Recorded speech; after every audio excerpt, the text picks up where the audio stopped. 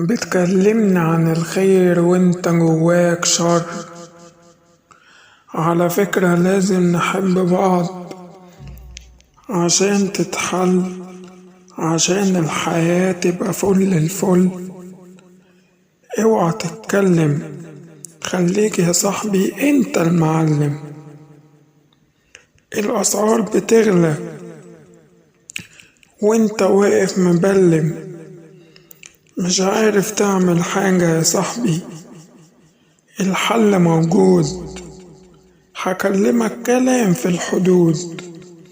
حبنا لبعض ده أساسها، مش انت بس وأهلها وناسها.